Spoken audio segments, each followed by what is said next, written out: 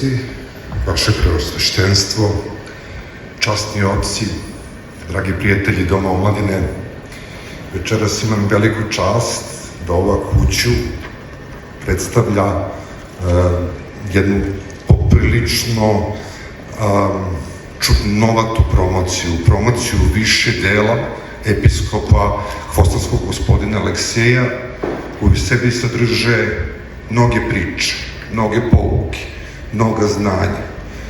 Naprosto, uglavnom se na promocijama promoviše jedna knjiga. Danas promovišemo čitav jedan život.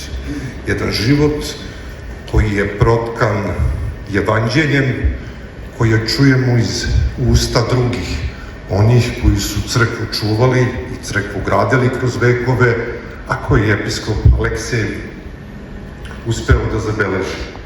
Beležeći njihove misli, beležio je zapravo misli svih onih svojih duhovnih otaca, a oni su opet beležili misli učitelja crkve. Pa možemo reći da su zapravo ta dela živa teologija, praktična patristika, vera na delu. Kroz usta drugih, kroz živote drugih, jedan čovek je uspeo da sublimira veliko znanje i iskustvo svog života i crkve uopšte. Hvala vam što ste došli, a sada bih reč predao gospodinu moderatoru.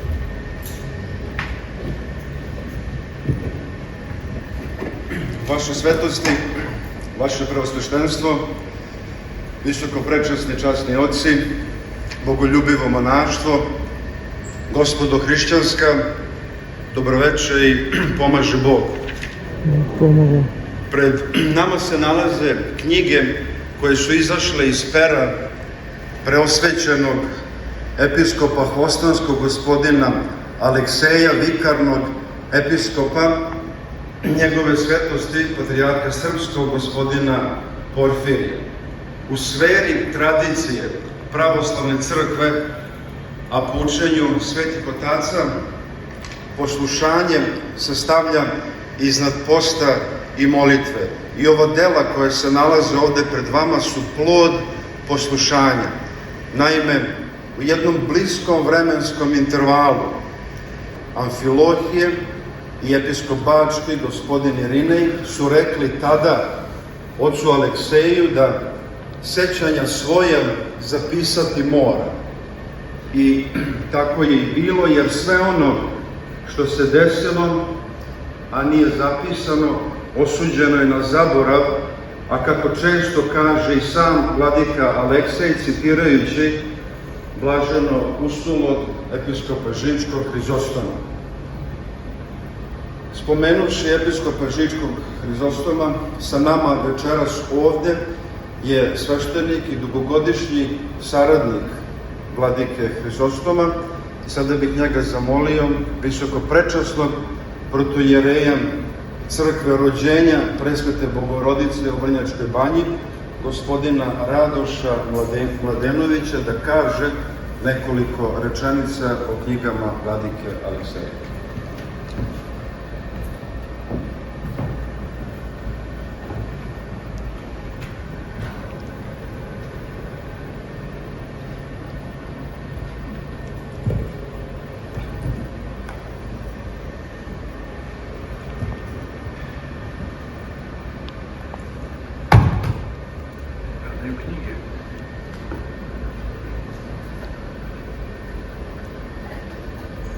Vaša svetosti, vladiko svet, oci, gospodo hrišćanska, evo, malo mi je udeo da po treći put govorim o sabranim delima vladike Alekseja, budući da sam i učestvovao u priređivanju i redakturi ovoga posljednjega izdanja, koje svakako nije posljednje.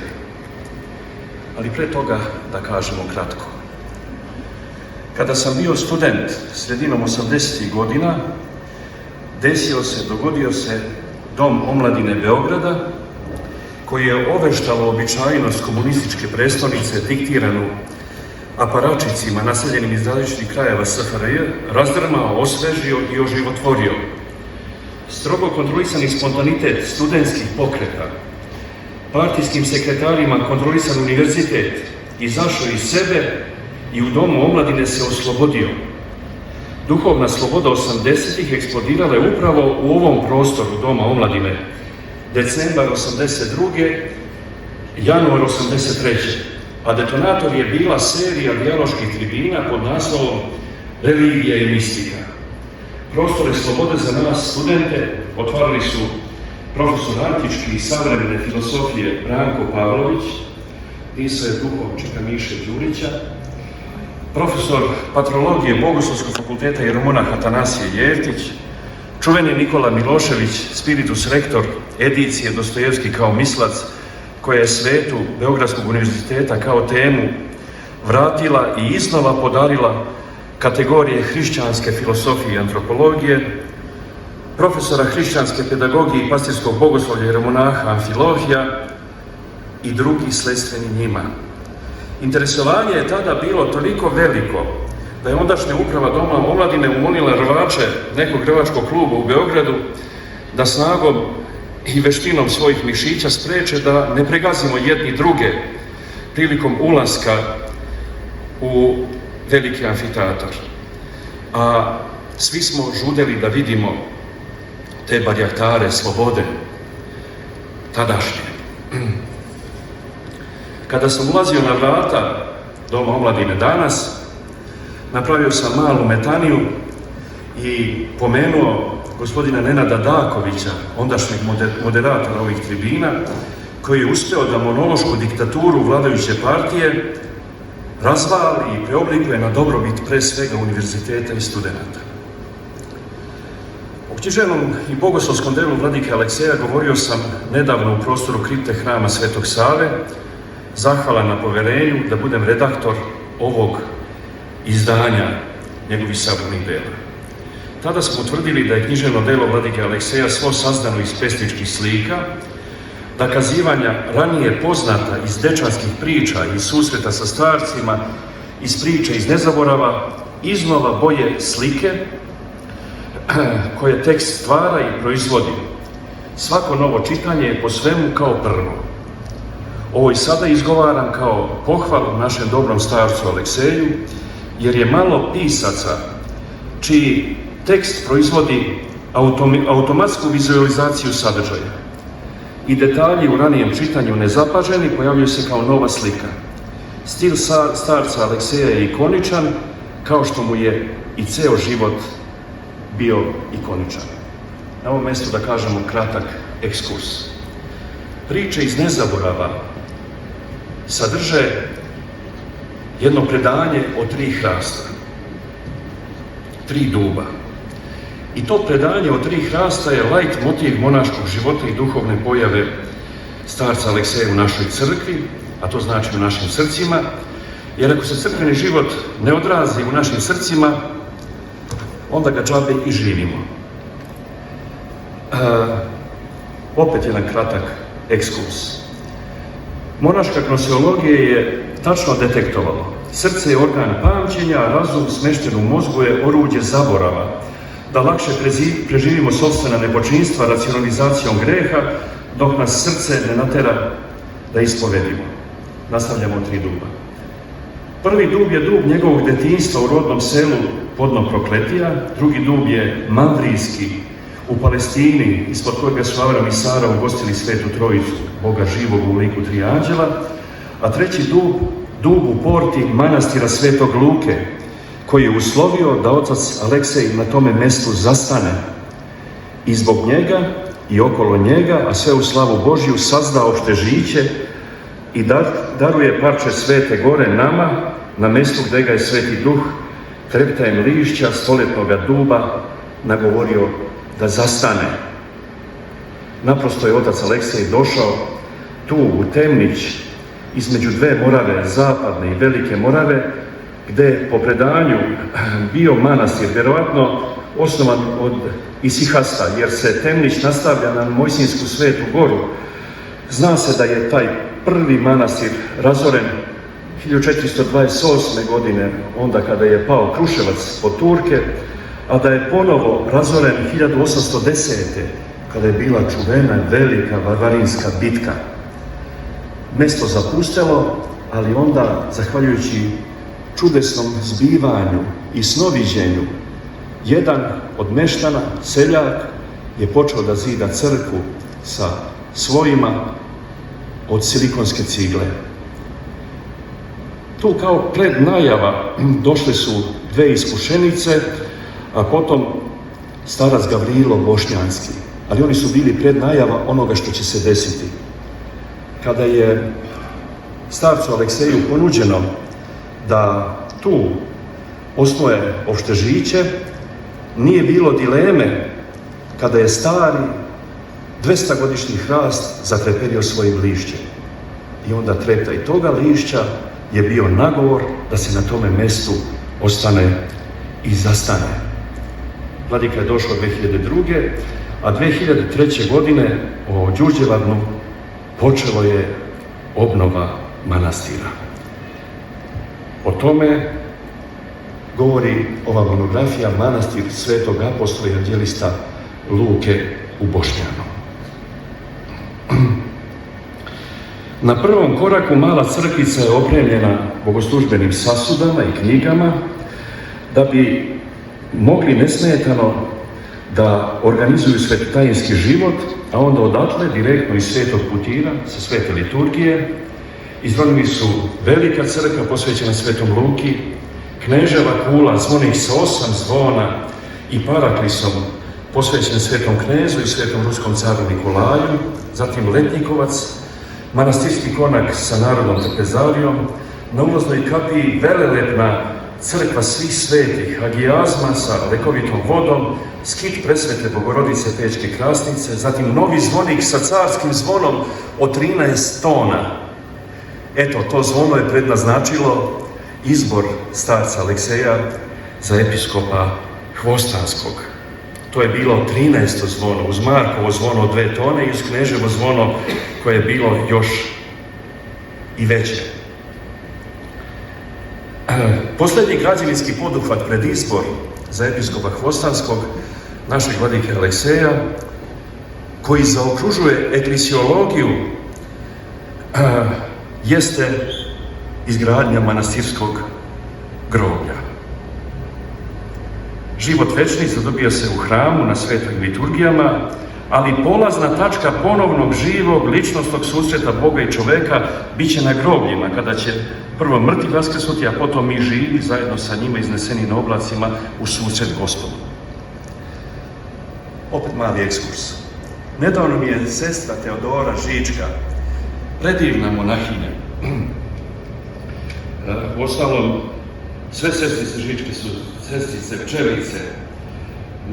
To je najsjajnije monaško gnezdo koje naša crkva ima. Rekla da ona u keliji, pored ikone Spasiteljeve, ikone Majke Božje, ikone Svete Teodore, drži i fotografije svojih roditelja, dede Solunca i bake. Na utvrđenje vere, jer će po usnuću prvo pred njih da izađe i prvo njihove prekore da otrpi. Toliko je to važno.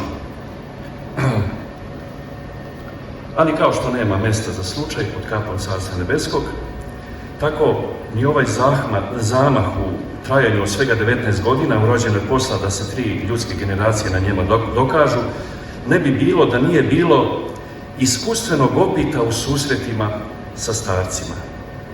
I evo te divne knjige koja je nastala kao plod razgovora naše sestrice Radmile Mišev i vladike Alekseja. U formi dijaloga izronili su likovi duhovnih Gorostasa, igumana Dečanskog Makarija, oca Justina Dečanskog i Savijskog, za koje se govorilo: ako psihijatrija ne može ništa, šalji bolesno kod vladete Jerotića. Ako vladeta ne može ništa, šalji kod oca Justina. Ako Justin ne može ništa, ne bori se više za njegovo ozdravljenje. Zatim Raško-Prizrenski Pavle, potonji patrijarh srpski, svetitelja koji je za života skrivao svoje svetiteljstvo. u Gručkoj susret sa starcem Porfirijem, kojem je pevao zahvalan jeromonahu Irineju, sadašnjem episkopu Bačkom, tada postdiplomcu u Atini, a ranije ocu Alekseju, profesoru u monaškoj školi u Ostrogu.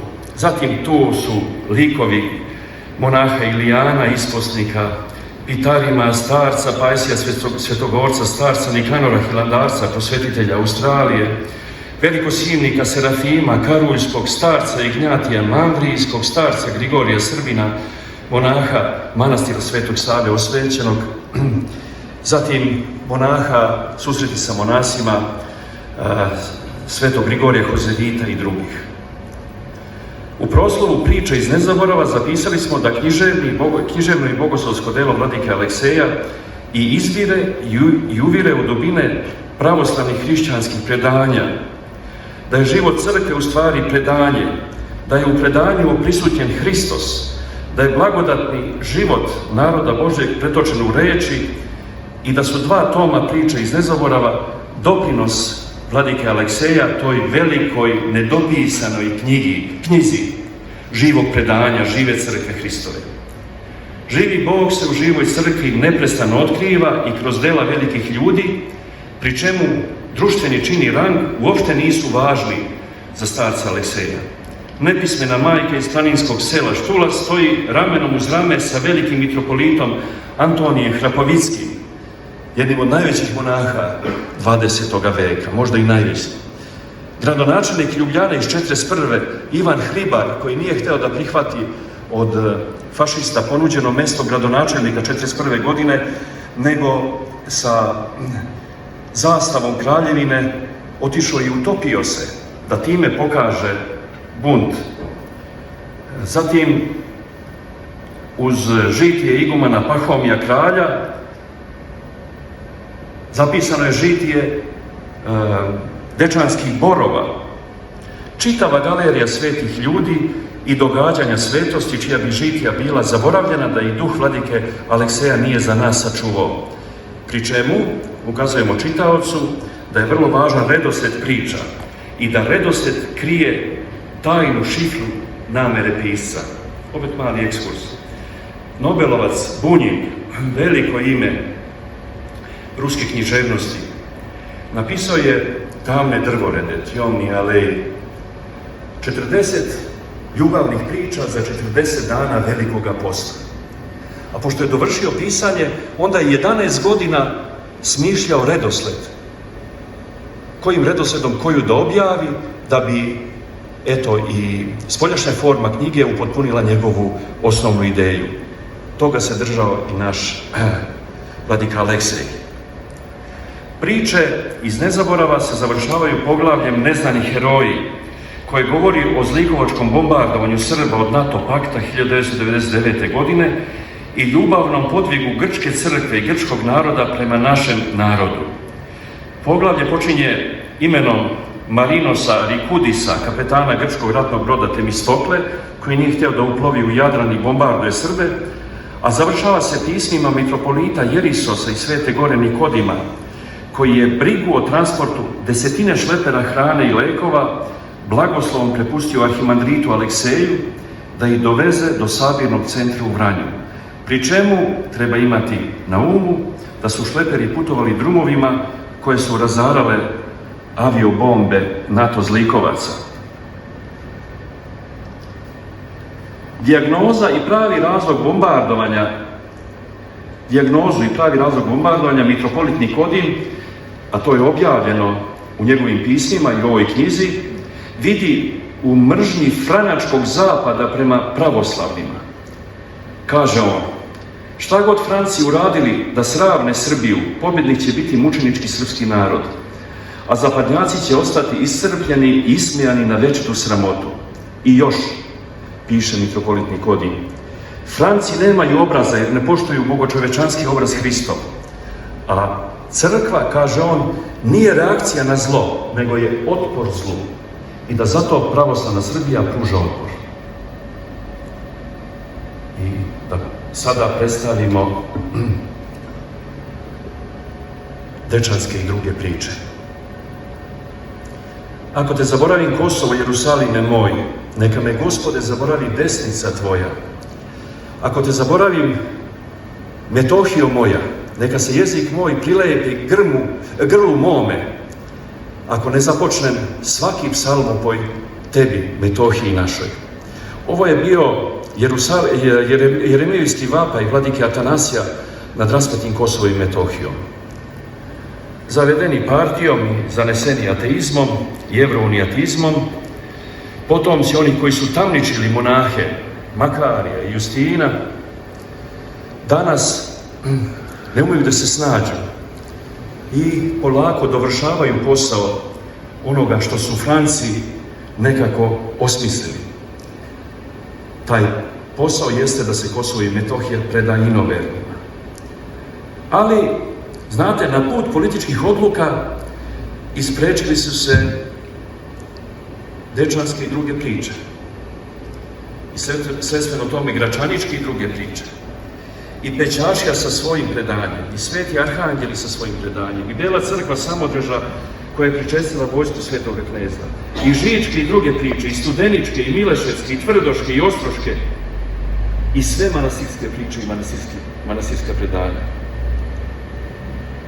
Sa svim drugim znaju kako da se izbore, ali sa ovim manastirskim predanjima ne znaju šta da čine. Toliko je važna ova knjiga u svom 6. izdanju njenom danas. Igumani Makari i Justin, sećanje na Teodosija Kelijnika, mitropolita Antonija Hrapoviskog, kasnijega igumana za vreme Drugog svjetskog rata Svetih Dečana, episkop Pavle i njegov panta Kuvar, pa prota Vasilije Bačkalov iz Zakarpatja, pa otac Dorotej sa mrtvačkim sandukom u Keliji, pa mučenik đakon Gavrilo, pa stare ruske monahinje sa svojim mačkama.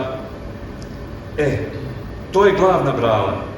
I ta brana neće dozvoliti da Libri Karolini nadvladaju Kirilo-Metodijevsko i na njemu sazdano dušespasonosno svetoslavsko predanje sa pripadajućom zemljom, hraniteljko svih potrebitih. A najplodnija i najsvetija zemlja naša jeste Kosovsko-Metohijska zemlja.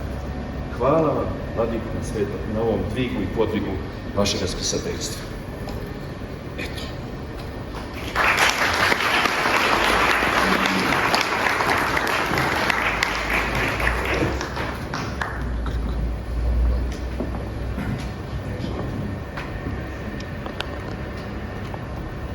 Neko kome ne treba posebno predstavljanje, jer ga svi prepoznajemo sa TV ekrana, večeras je ovde sa nama, jeste naš istaknuti dramski umetnik, gospodin Vojin Ćetković, koga bi zamolio da pročita nekoliko odlomaka iz jedne od knjiga vladike Alekseja.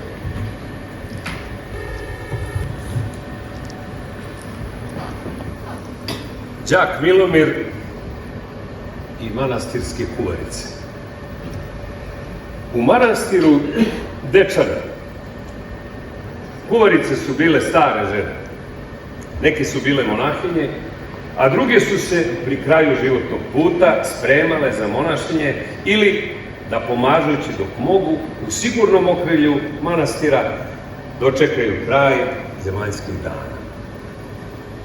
U vreme kad je vladika Aleksej kao 12-godišnji dečak Milomir došao u manastir, kuhinjom i domazlukom su se bavile monahinja Mati Angelina, Anica i Dara.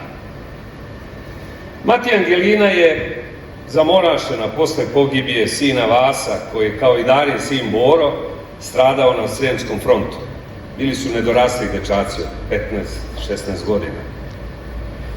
Prvih meseci boravka u manastiru, manastirski đak nije jeo sa monasima, zato što je bio mali i nikada nije stizao na vreme na obed, jer je čuvao svinje, a sat, naravno, nije imao.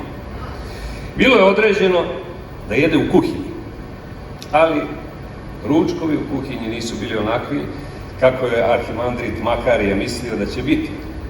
Kuvarica Anica, koja se nametnula kao šef kuhinje, davala je Milomiru za ručak samo hleba i šećera.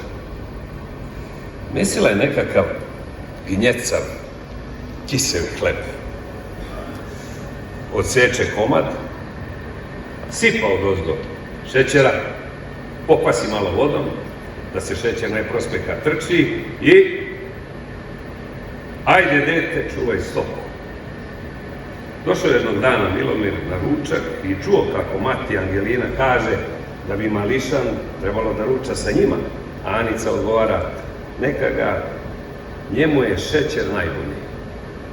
I opet mu je dala krišku hleba sa šećerom.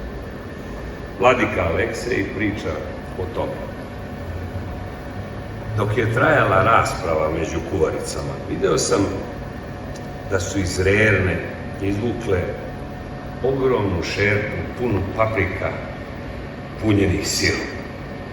Lepo zapečeno.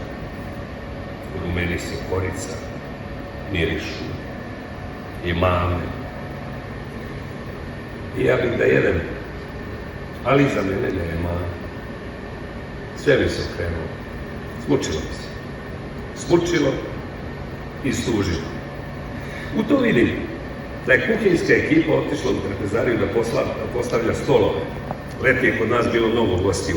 Kad sam video da su otišle, ja uđem u kuhinju, uzmem kutiju u kojoj je stavio šećer i obilato sipam šećer preko paprika. Kad je dobro i zdravo, ajde i vi malo da jedete šećer. Izađem iz kuhinje i stanem ispod kuhinjskog prozora. Blaženo jedem onaj hleb sa šećerom i slušam raspravu. Viče Anica i grdi Dragicu, što si stavila šećer u ove paprike? Nisam, časno ga mi krsta, brani se Dragica. Da utvrde krivca, nisu mogli. Ali ni da ručaju. Morali su da ih bace svinjama. Više mi nije bilo žao što nisam ja jeo. I iskren da budem,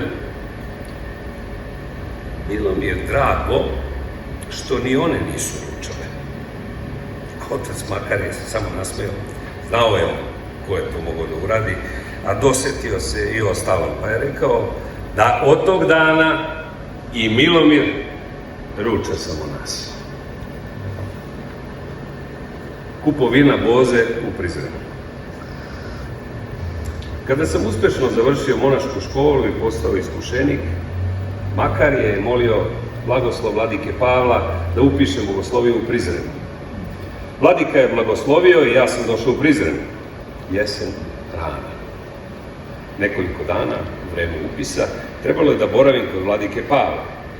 Potom sam u toku školovanja i polaganja ispita, zato što sam bogosloviju završio vanredno, boravio kod njega. U Vladičanskom dvoru je tih dana bio i otac Varnava, sadašnji Ivan Savinski. I neki bogoslov koji je vanredno polagao 5. razred bogoslovija. Vladika je očekivao goste i poslao me da kupim Bozu. Trebalo je Bozu da kupim po slastičarnici na drugom kraju Prizrena, nedaleko od bogoslovija. Vladika mi je dao 5 banki, 50 dinara i rekao da uzmem bokal u koji ću sipati Bozu. Tražio sam, umarao tamo, nigde ni jednog bokala. A špajz nisam mogao da pronađem. U kuhinji nije bilo ni jednog bokala, a poslušanje mora da se izvrši. Sjetio sam se da sam u kupatilu u jednom ćošku vidio neki plavi, emajlerani bokal, ulubljen, sad izlupan. U tom bokalu, zapremljeno 4-5 litara, čuvala se voda koja je služila kao prva pomoć u kupatilu zbog čestih nestašica vode. Uzmem taj bokal i prošetam ga kroz ceo Prizren. Kupio sam Bozu i doneo je u episkopiju. Otac Varnava je video u čemu sam doneo Bozu i zacenio sam smeha. Ali se sklonio da ga ne vidi vladika. A sve su mu suze išle od uzdržanog smeha, a kad je vladika Pavle video bokal, samo je tiho upitao: "Pobogu Milomire, gde nađoste taj bokal?" "U kupatilu iza WC šolje i bio je pun vode." Odgovorim kao i stoka. Vladiki Pavlu je bilo simpatično što sam, ne stideći se, taj olupani bokal proneo kroz ceo prizor. On je to shvatio kao izvršavanje poslušanja, a ja sam iz sveg srca želeo da izvršim vladikinu zapovest i uradio sam to. Ali u najmanju ruku nevešto.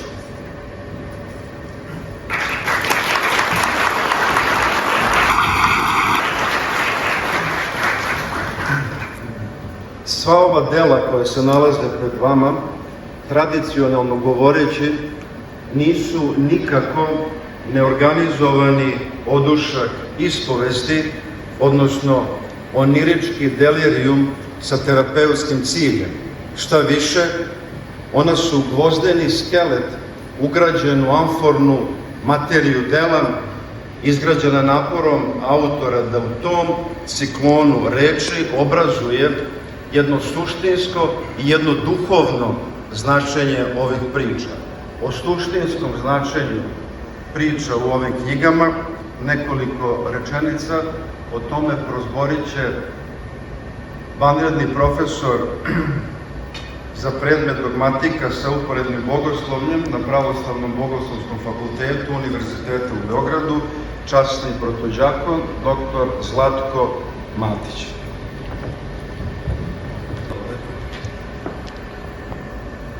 Vaše svetlosti, želeo bih da se najpre vama obratim i izrazim blagodarnost što ste blagoslovili ovo moje obraćanje i uopšte što ste blagoslovili ovo veče i to na najuzvišeniji mogući način svojim Hristusom. Vaše presveštenstvo, prečasni prezbiteri, draga braćo u đakonskoj i učiteljskoj službi, koleginice i kolege, dame i gospodo, braće i sestre. Čast mi je što mogu da učestvujemo u predstavljanju dela vladike Alekseja, dela koje su svojevrsna oda asketskom etosu, jedna poema o podvižničkom načinu života na koji smo svi mi, kršteni hrišćani, pozvani. Ovaj novi način postojanja, podvižničko-pokajnički stil crkvenog bivstvovanja kroz opus koji večeras promovišemo, predstavljen je na vrlo specifičan način. Priziv na asketizam tako je nenametljivo prisutan u ovim delima, zato što je naš autor, preosvešteni vladika Aleksej, uspeo da podvižnički etos predstavi kao tkanje odnosa sa drugim ljudima. Ako bismo se poigrali naslovima ovih knjiga Hvostanskog vladike, rekli bismo da su u susretu sa starcima nastale dečanske i druge priče iz nezaborava. U susretu, dakle, nastaje nezaborav. Pripovesti iz nezaborava, znamo svi, osobina su Svetog pisma Novog Zaveta i žitija svetih. Eho živog predanja je odjek večnosti ili odjek iz večnosti, iz eskatona, iz budućeg carstva. Posebna harizma podvižnika je ta da se sećaju budućnosti i da nas uvek, kad u lenjosti zadremamo ili se duhovno ohladimo, podsjećaju na pogled iz poslednjeg dana. Kako to konkretno izgleda? Najpre oči.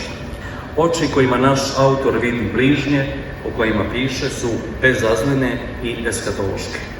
On svoje duhovnike, sagovornike, kako one iz prve ruke, tako i one o kojima mu pričaju ljubljeni oci, vidi kao već proslavljene, kao bezgrešne, dakle kao svete.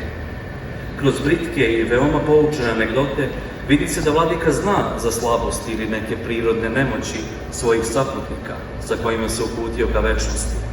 Ali on, i u tome je poenta ageografske vizije, njih vidi okupane pokajanjem pred prestolom cara slave u večnom svetotrojičnom zagrljaju. To nije, dakle, ni prosopografski, ni historiografski, to je taj, kako kažemo, ageografski pogled. Susret sa duhovnicima podario je episkopu Hvostanskog harizmu da ih već sada, u ovoj dolini plača, vidi onakvim kakvi će biti onda kada Gospod pocepa obveznicu naših grehova i kad obriše svaku suzu sa naših lica. Šta je, osim tog eskatološkog naboja, pozadina takve vizije bližnjih? Naravno, bezazlena i čista hrišćanska ljubav. Iz takve ljubavi slede, kao primjer, reči o igumanu Makariju. Citiram: "Trudili smo se da idemo stopama kojima je on hodio. Verujem da ga niko od nas u molitvenosti i dobrotoljublju još uvek nije dostigao. Zaista je bio jedinstven." Kraj citata.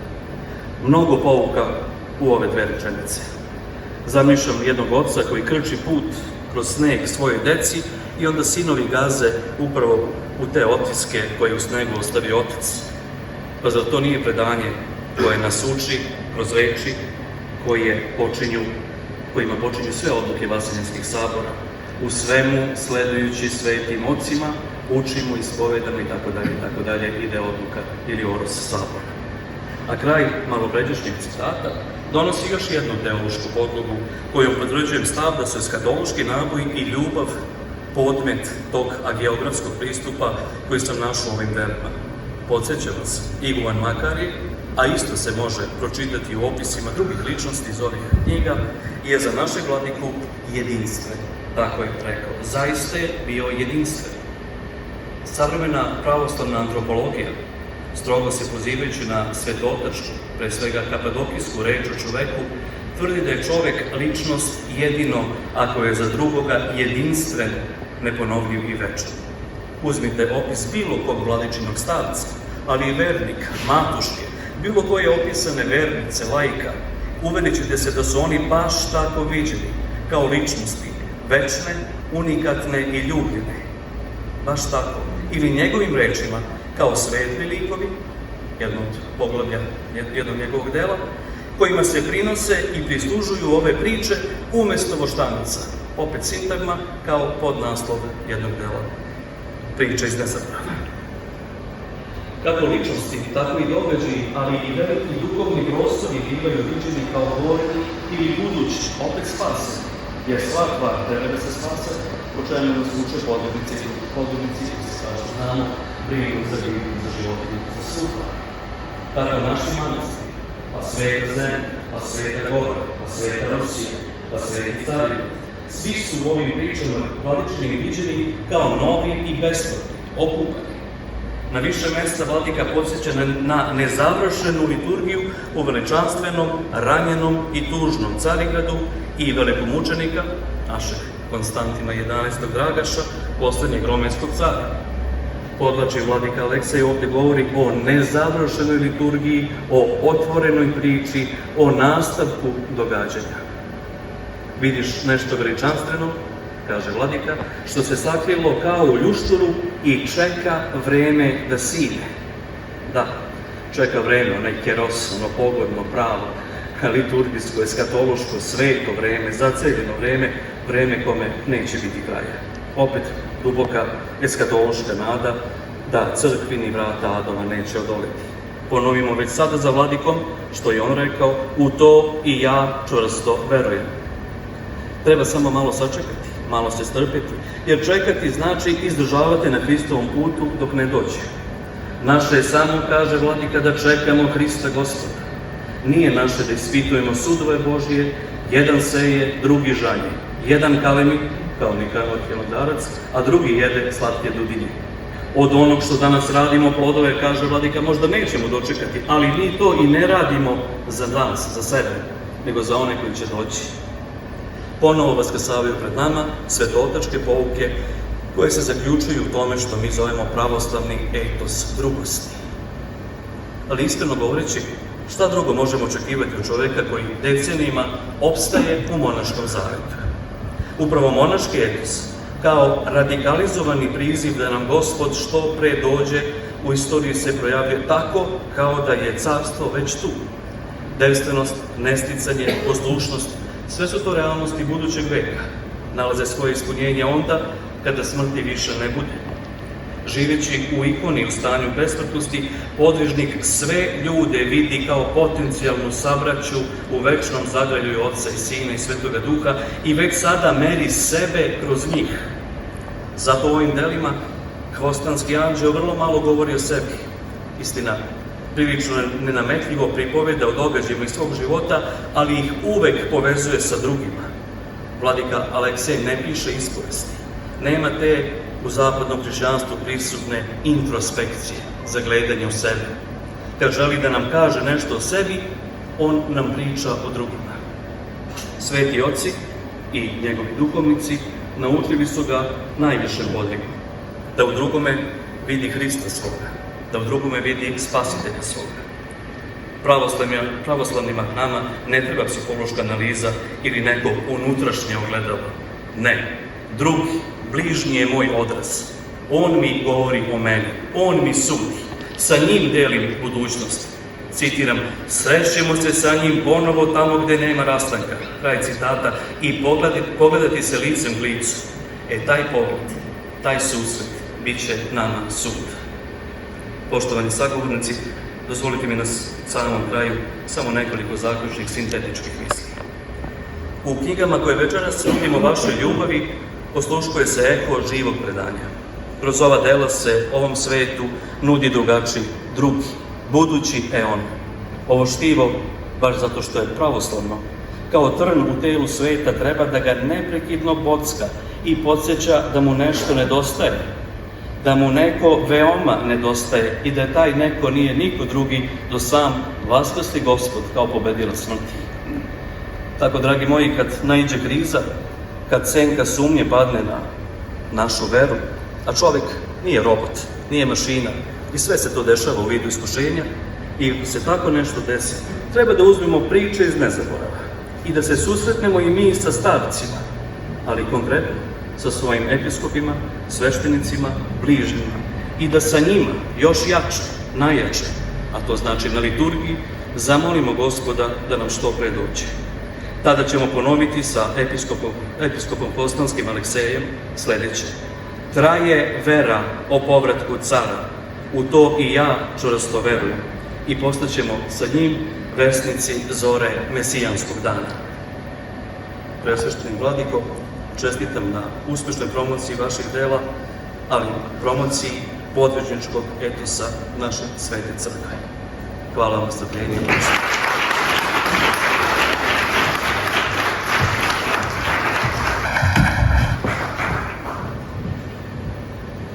Milada.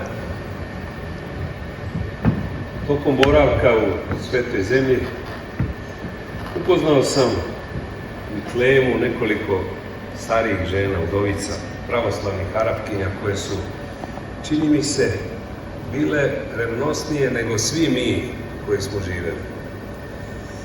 U manastiru Rođenja u Vitlejemu svako jutro u 5:30, kad se otvori crkvena kapija, dolazile su u pećinu Rođenja, gde su ostajale do kraja bogosluženja i pomagale, padale belom monaštvu, koje tada nisam razumeo, ali sam razumeo njihovu revnost.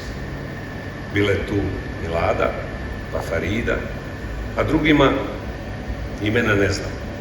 Ali sam se sa Miladom i Feridom najbolje poznao.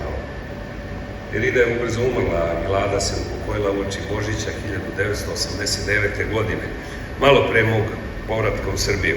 Divna i plemenita je bila Milada, baš kao što i njeno ime govori, Milada, Božićna noć. Ova blagočestiva žena je živjela u jednoj sobici na Suhu, to je pijaca u Vitlejemu, gde sam odlazio posle službe da ponešto kupim i odem kod nje na kafu. A ona je svako jutro, ranom zorom, dolazila da mi pomaže, da palim kandila, kojih je bilo mnogo, preko 100, samo u pećini Roždestva, i brinula se o meni kao o sinu. Bila je to junačka ženica, crnoputa, tiha i mirna. Veliko smirenje je imala. Miladina revnost bi me uvek dirnula i tako prolazile su godine. I kad je bolesna i kad je zdrava, Milada je svako jutro dolazila na službu i neprestano pomagala u crkvi. Na Badnji dan 1989. godine bilo je svenoćno bdenije. Služena je najpre naša pravoslavna služba, pa su onda služili kopti, a posle njih su rimokatolici imali svoju službu, iako nije njihov Božić. Celu noć je u crkvi bilo veoma živo, veliki hram i mala pećinska crkva roždestva bili su puni naroda.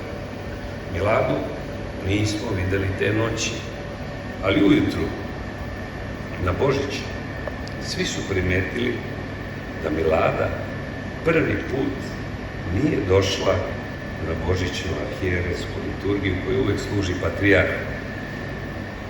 To nas je začudilo. I pitali smo se da li je bolesna.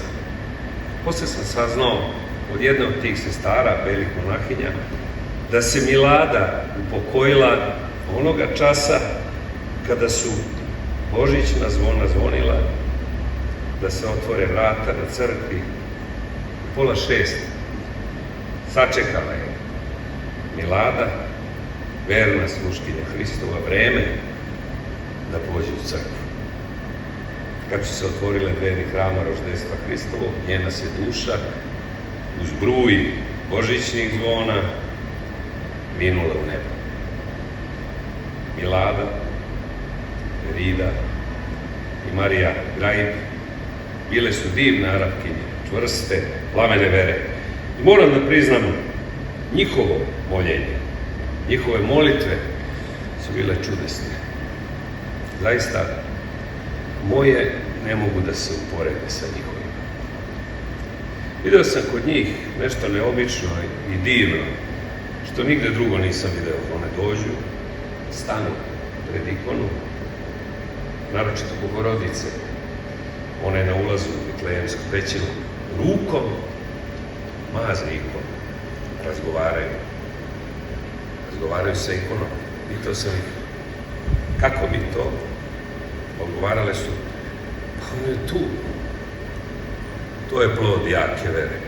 Ja sam stalno pokušavao, ali nešto mi nije išlo, sve nekako nešto kažem, ali nije to iz srca kao kod njih. To mi je bio nauk za čitav život. Njihova vera i Miladin zemaljski kraj.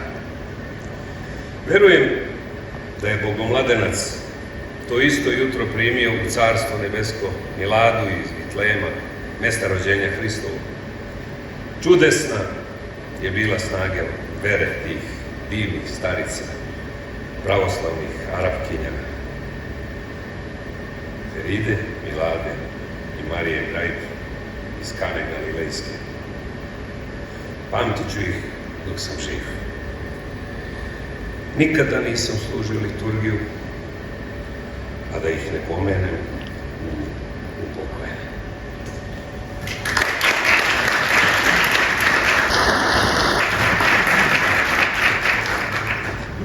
Za zbirku pod naslovom Susreti sa starcima mitropolita Amfilohije svojevremeno zapisao da svi duhovnici koji su opisani u toj knjizi svedoče svako na svoj način da vreme bogoljubivih, da vreme hristoljubivih duhovnika u crkvi nije prošlo. Ova zbirka, Susreti sa starcima, donekle ispovest autora, a sa druge strane jeste i dijalog, razgovor oca Alekseja i gospođe Radmile Mišev, kume vladike Alekseja, oboje dečanci, gde se u tom razgovoru prisećaju tih davnih vremena, prisećaju se duhovnika, oca Makarija starca, Porfirija, oca Justina, i o njima razgovaraju i dele svoje sećanja sa nama. Episkop Žički Hrizostom piše u toj knjizi na jednom mestu, a kada je bio okružen sa studentima, kaže, vi možete od nas da čujete o tim ljudima, jer ide vreme kada neće imati ko šta da priča, a niti ko da vas sluša. Neko ko je zaslužan i kome pripada neizmerna zahvalnost a i zasluga za nastanak ovih knjiga jeste gospođa Radmila Miša, dugogodišnji urednik časopisa za mlade Svetosavsko zvonce, i na našu radost ona je večeras ovde sa nama i ja bih je sada zamolio ako može da kaže nekoliko rečenica.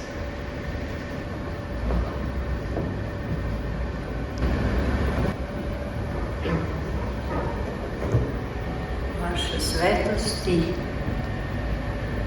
časno monaštvo, sveštenstvo, Gospodu hrišćanska,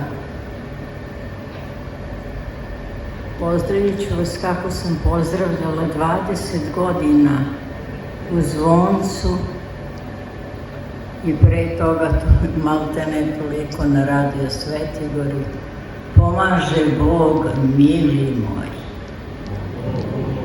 Ne mislim to tek onako, nego stvarno iz srca.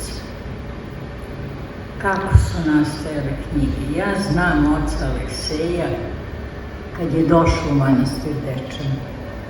Dečak, kovrčave, crne kose, lokna na loknu, onako, u nekim pantalonama somotskim i brown džemperu koju mu je majka ištrikala. To je brown, prava boja u orahovoj ljusci, bojeno. Ide kroz crkvu i peva. I to je moje prvo viđenje, prvo sećanje na njega. I od tada, prosto, on je bio naš Milo i tako ga pamtim i tako smo rasli. I gde god je putovao, i gde god je išao, vraćao se, on je donosio priče. Svi smo to slušali kao deca, skupili bi se i slušali njegove priče kao deca. I jednom kažem ja njemu, slušaj kume, ako se ovo ne zapiše, zaboravit će se. I ti si neke stvari došli da zaboraviš, jer ja znam da si ta priča, to je to.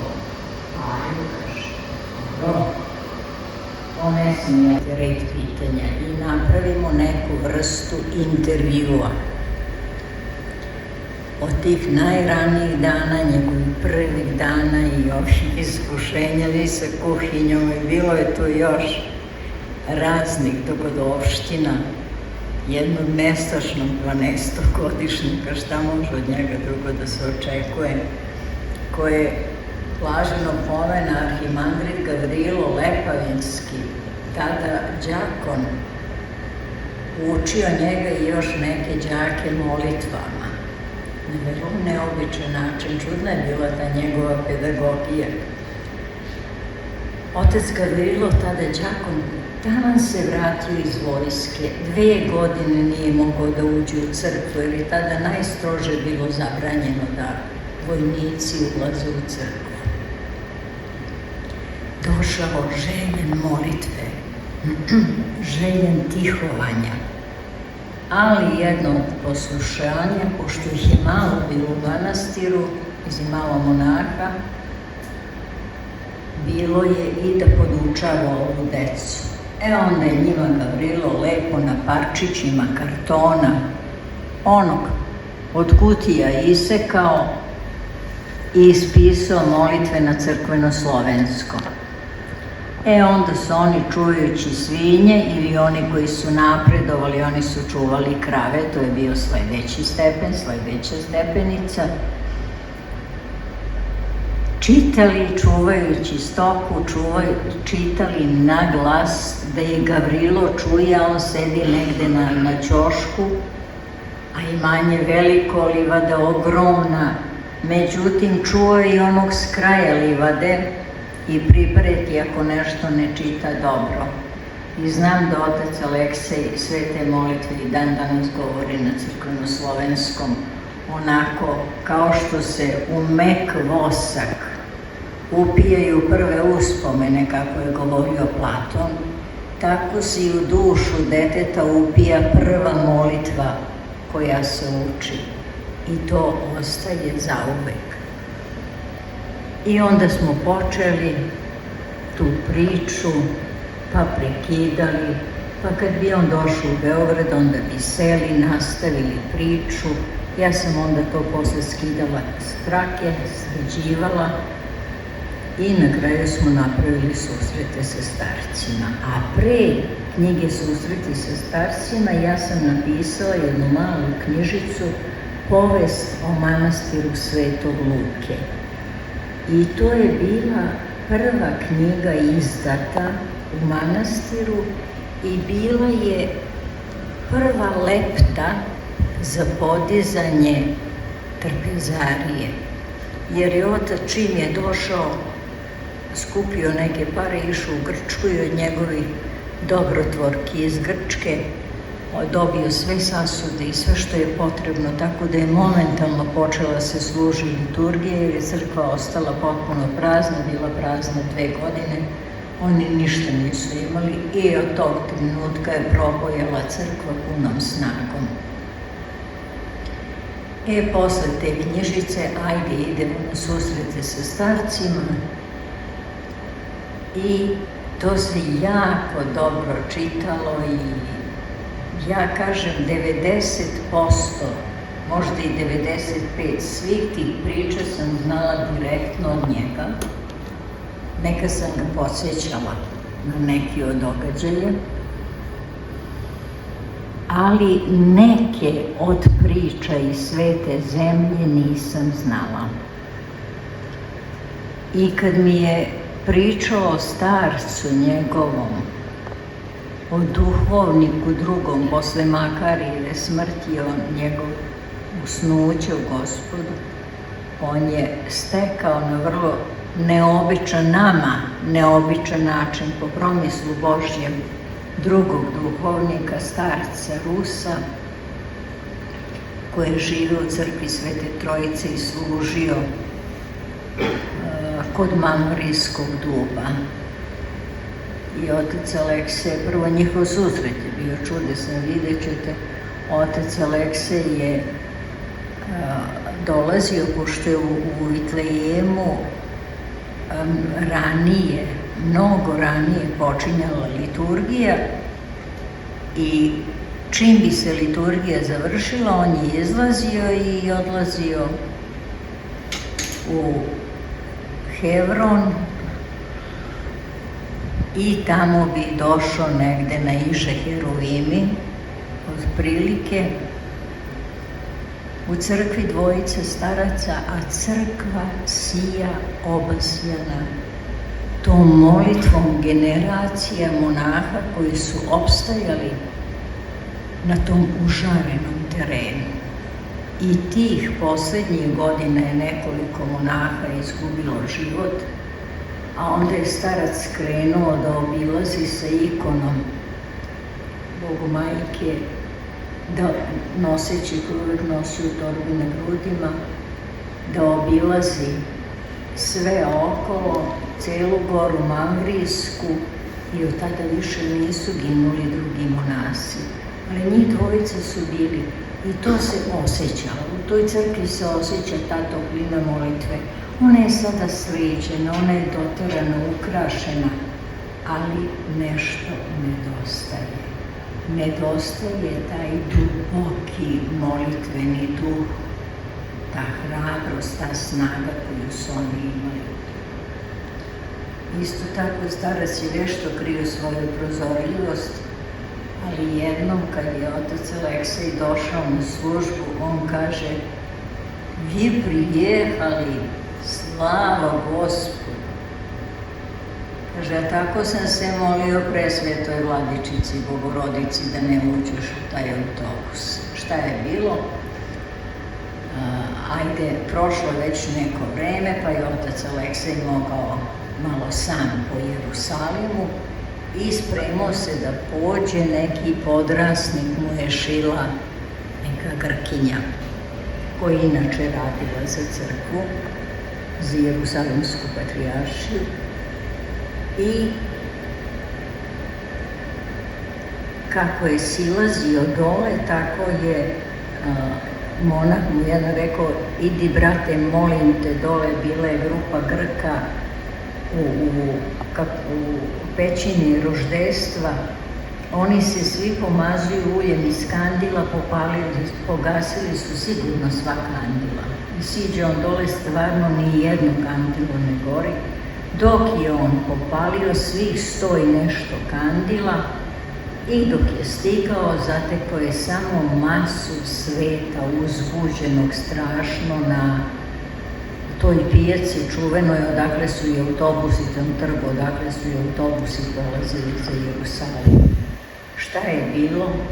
U taj autobus je bila podmetnuta bomba i stradalo je mnogo ljudi i mnogo ih je bilo ranjeno i kaže, Bog da prosti, žao mi je svih i molio sam se za sve poginule i da ozdrave svi ranjeni, ali mi je bilo mnogo milo što ja nisam bio u tom autobusu.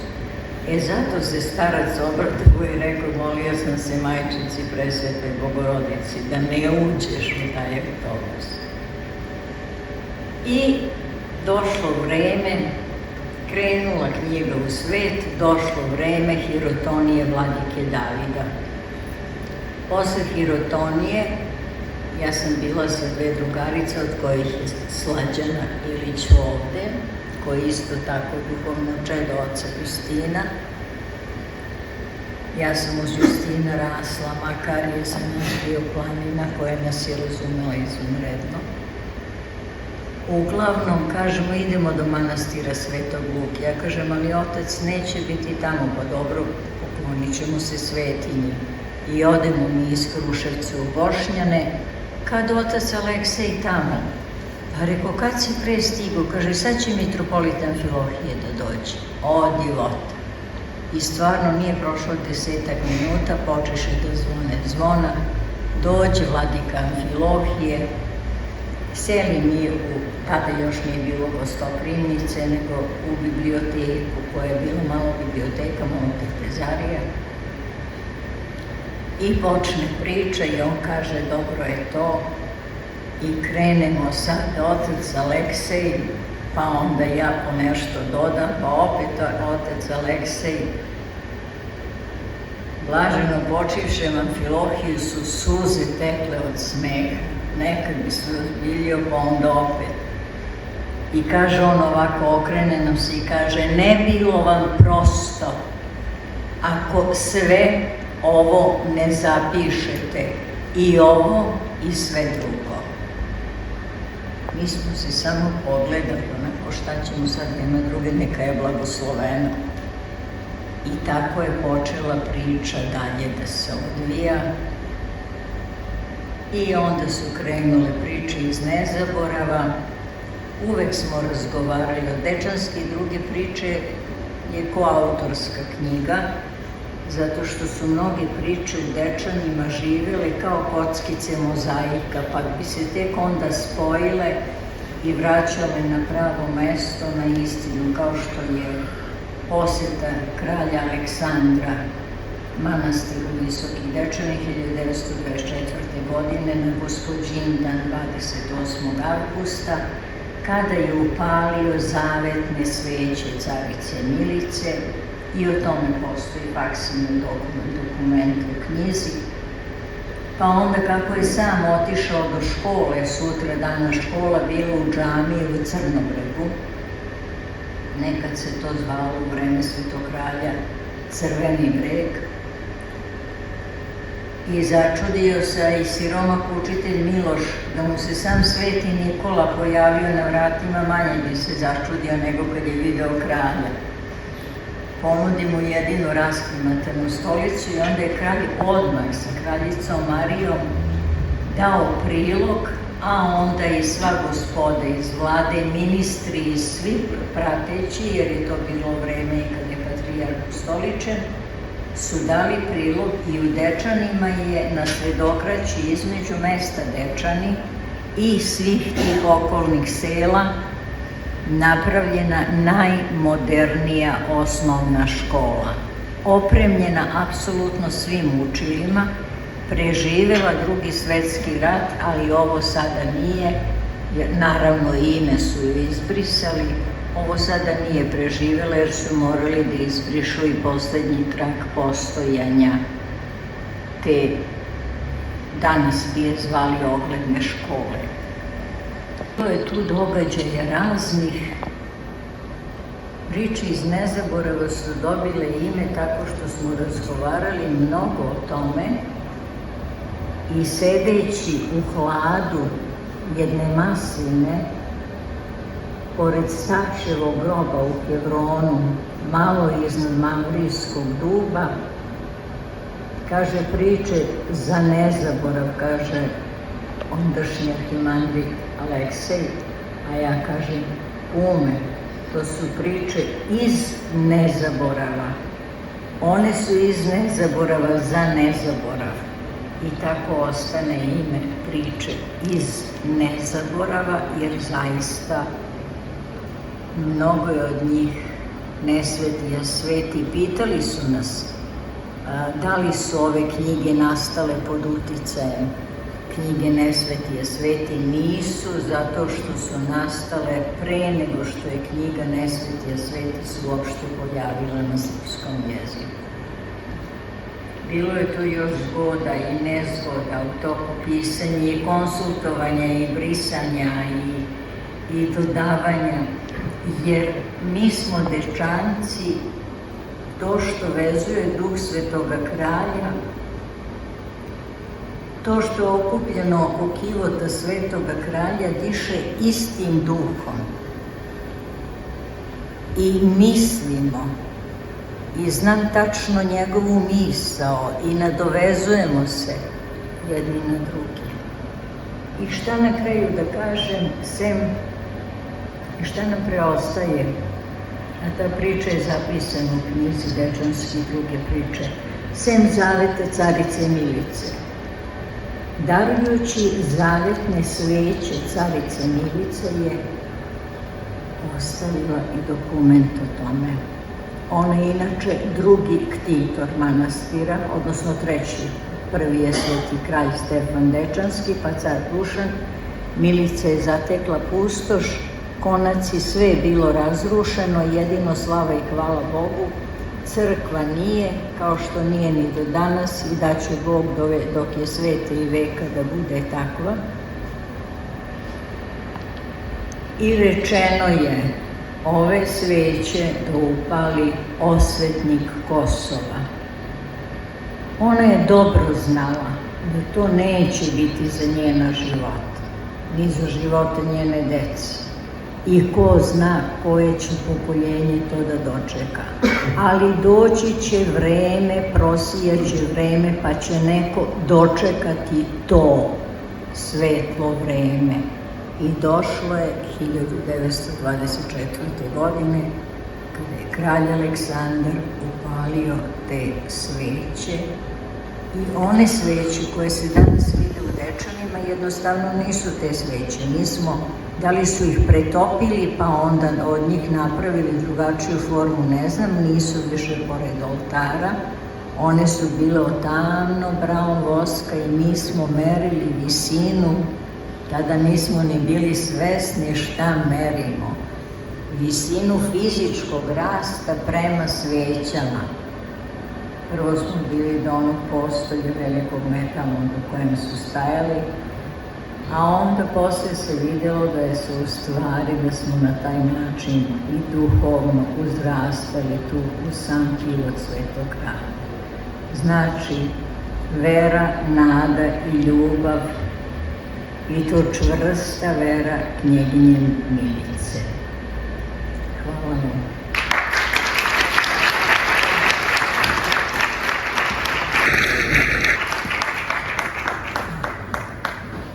Knjige vladike Alekseja nas primoravaju na promenu i oplemenjuju za jedno čitanje koje dramatizuje ne samo svoju nepotrošivu biblijsku temu, nego i povest samog pisanja i svedočanstva autora. Ove spisi su duboki unutrašnji porivi jednog osetljivog i lucidnog duha. Sada bih zamolio autora ovih knjiga preosvećenog episkopa Hvostanskog, gospodina Alekseja, da nam se obrati. Izvolite, Vladika.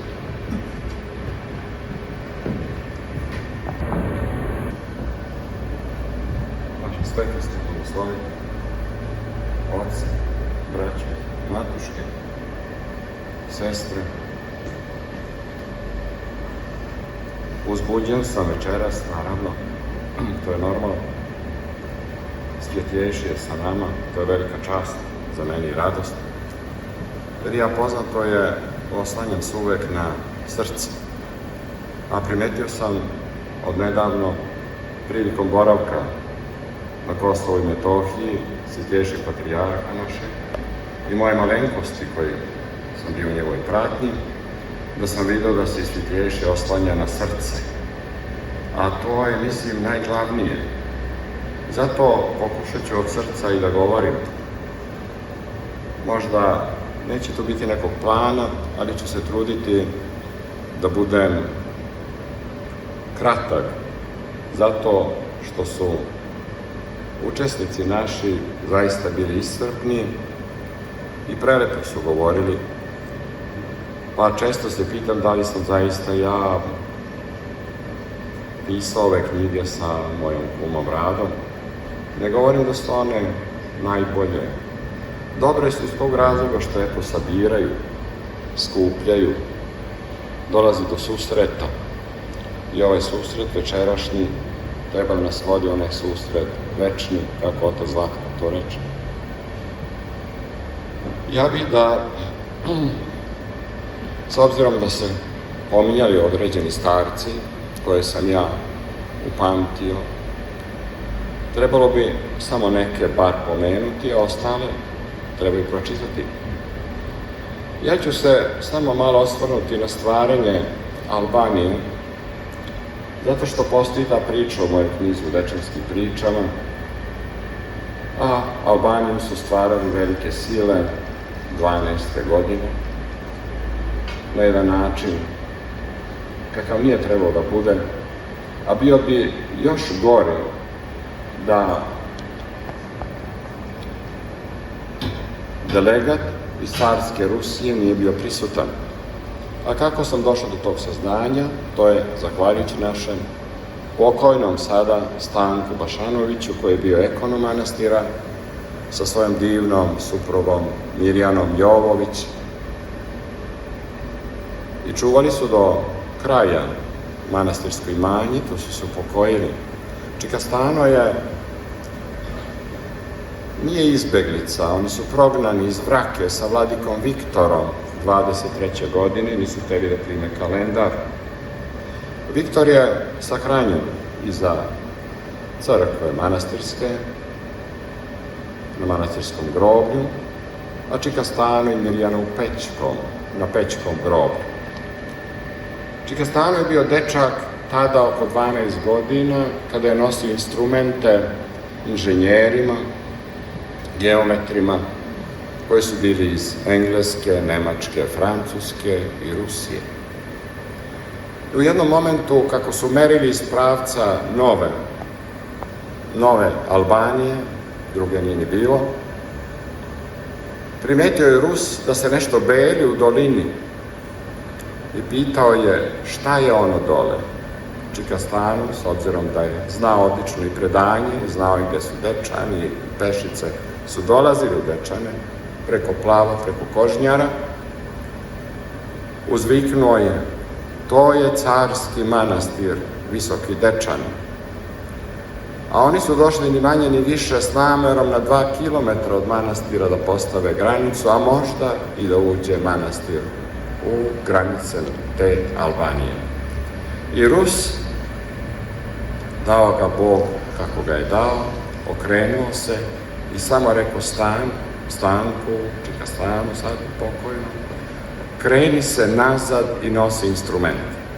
I on za njim, ovi nisu razumeli dobro o čemu se radi, i svi su se okrenuli nazad u dubinu Albanije, tako da je preko 12 kilometara dublje u Albaniju ušla granica i manastir je ostao na teritorije današnje koje je. Eto to Nećete pročitati u nikakvim drugim knjigama, ali eto ta priča postoji ovde i više puta sam je slušao. Rane 70. godine, bilo mi je tada, 14. godina, 15. Završio sam prvi razred monaške škole sa 14 godina i letnji period došao u Dečane, sa mnom je došao i Tomo, potom je Vladika Vranjski, on je stariji od mene jedno 3-4 godine. I otac Makarije je zavolio Tomu jer je bio vredan, veoma, ja nisam baš. I kaže, a Tomo je bio iskušenik od čuvenog igumana Pahomija kralja u manastiru Lomnici, to je Zvoničko-Tuzlanska eparhija, grad Šeković, sve se tu pamti. Kaže, mogao bi ti, Šićo, da ideš kod Pahomija malo mesec dana, a Tomo da ostane ovdje. Ajde, idem. Kako sam ja otišao, ja ne znam, jer ličnu kartu nisam imao, to nije bilo baš vreme za idnicu. S obzirom da sam znao gde je Ostrog, to je najdalje bila moja putanja dotle, ja sam autobusom preko Čakora, Rugove, došao u Ostrog, tu bio par dana kod igumana Serafima, koga sam isto opisao, a zatim šinobusom do Nikšića, pa nekim čudnim vozovima do Sarajeva, pa od Sarajeva do Tuzla i to nekoliko dana, spavao po stanicama, ali sam ipak došao do ovog manastira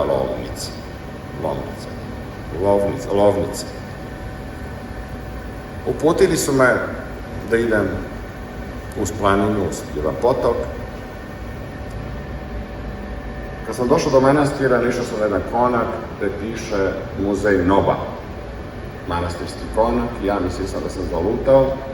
Neki koji su sedeli na terasi, pušili i pili, ljubazno su mi rekli da je ipak to manastir, da je u podrumu iguman dobio 2 sobe, ali nije tu pop, otišao na sahranu, mogu da uđem. Ja sam tu ušao i čekao igumana, i on je došao. Bio miran, tih, sporohodan, ali neobično duhovan. To sam kasnije saznao i njegovu sudbinu. On se ne smejao na Makarijevo pismo i kaže, pa dobro, idem za mene. Tako sam ja pomalo kuvao, malo išao sa njim i mesec dana je prošlo. Ali šta sam saznao za to vreme? Da je on rođen 1898. na Grmeču. Da je u 24. godini prišao bogomoljcima i vladika Nikolaj Svetim je postao ideal duhovnik. I on se reši jednog dana da dođe u Hilandar i to pešice. Krene i dođe do Ohrida, da uzme blagoslov od vladike Nikolaja Svetog. Međutim, vladika mu je rekao, ne, ostani ovde, treba da mi pomogneš, svetinje razrušene, ostani ovde, pa ići ćeš. Kad je vladika došao u Žičku eparhiju, on je došao sa njim i tu je išao iz manastira u manastir po potrebi, iguman Svete Trojice u Ovčaru, došao i do Svete Trojice Pljevaljske, Beočina, Studeničke isposnice, Svetog Save, Gornje, da bi na kraju došao u Lovnicu gde se penzionisao. Šta se dogodilo u toku rata, to je posle saznao, njegova familija, rodbina, sva je pobijena. On više nije imao gde da se vraća. I čudesno, on je tako to nosio dostojanstveno, bez roptanja, čak i bez neke osude. I 75. godine krene on nazad svojim putem kojim je krenuo Pešice u Hilandar. I dođe. Dakle, posle 53 godine njegova se želja ispunila. Tu smo se sreli posle mog monašenja zadnji put. Prvi 70. zadnji 75. Pomogao sam mu da se useli u manastir Svetog Vasilija Velikog, na stari manastir, na moru, ali tog leta nezgodno je hteo da se popne na Unimog, to je jedini kamiončić koji imao manastir, i pao je na kaldrmu udario temelom. Istog dana je završio oko preobraženja i tu sam bio prisutan. I hteo sam da podelim s vama eto tu priču o igumanu Pahomiju, koji je ispunio poslušanje svoga vladike, na kraju ipak došao na mesto željeno i tu danas počiva i čeka vaskrsenje mrtvih. Blagodar.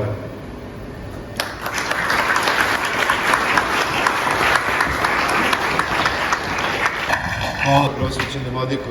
Ono što je važno pomena u vezi sa ovim knjigama jeste to da su one štampane ličnim sredstvima vladike Alekseja, a da sav prihod od prodatih knjiga ide kao donacija za izgradnju crkve na Bagdali u Kruševcu, koja je inače verna kopija, replika crkve Svetih Arhanđela kod Prizrena. Tako da kupovinom jedne od ovih knjiga postajete deo istorije, ucrtavate se u Carstvo nebesko.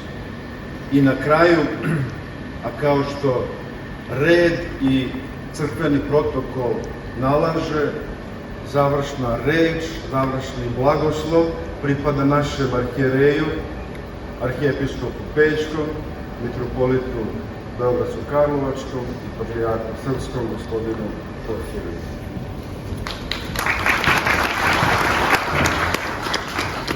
Sjedite, molim vas.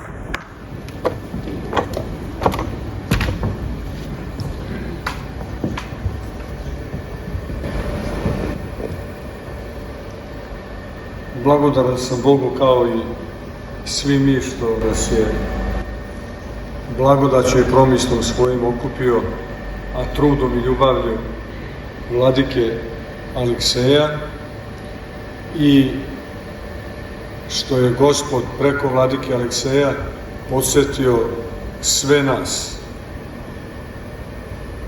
koje je gornje zvanje svakog čoveka, što nas je podsjetio na to da monah nije ništa drugo nego običan čovek, jedan od nas, koji pokušava da ispuni ono na što smo svi pozvani, a to je dvojedina ljubav čitavim svojim bićem prema Bogu i isto takva prema bližnjem svom. I što nas je podsjetio da upravo taj prototip, kako se kaže, ta paradigma oličena u monaštvu, nešto što je nasušni hleb svakoga od nas. I što nas je na kraju podsjetio da je monah, kako je neko rekao, nepravilan glagol u gramatici. Što znači da jeste izuzetak, ali da gramatika ne funkcioniše bez nepravilnih glagola koji su veoma malobrojni i da ti nepravilni glagoli povezuju sve ostale reči kako bi one postale tekst, kako bi mogli da prenesu smisao, to jest logos. I iz tog razloga ja sam blagodaran najpre Bogu, a onda zahvalan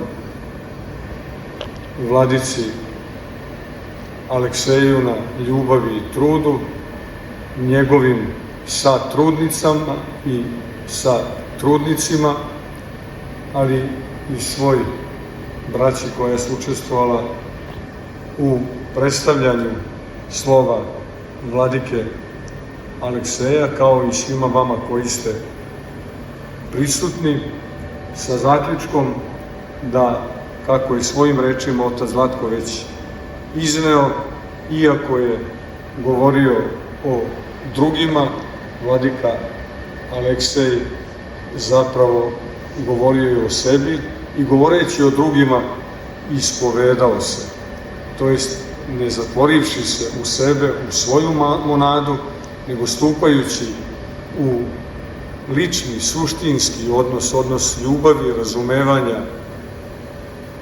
sa onima sa kojima je živeo, upoznavao je sebe i kroz druge iznosi sebe pred nas, što je zapravo jedini mogući put i za svakoga od nas. Ne postoji niko od nas sam za sebe, postoji isključivo i samo u zajednici sa drugim, to jest postoji ukoliko postoji za drugoga. Neka Gospod sve blagoslovi, hvala svima na svemu i da Bog da da se što češće viđamo i ovde i na drugim mestima, a već je otac Radoš podsjetio na dom omladine kao na mesto rvača, ali ne samo rvača telesnih, nego onih koji se rvu sa sobom, rveći se kao Jakov sa Bogom, kako bi se pronašle lestvice koje nas uzvode na nebo, da Bog da da i u velikoj sali o raznim temama se nađemo opet i da tragamo za prvim stepenom lestvica koje nas vode na nebo. Živeli neka sve Gospod blagoslови.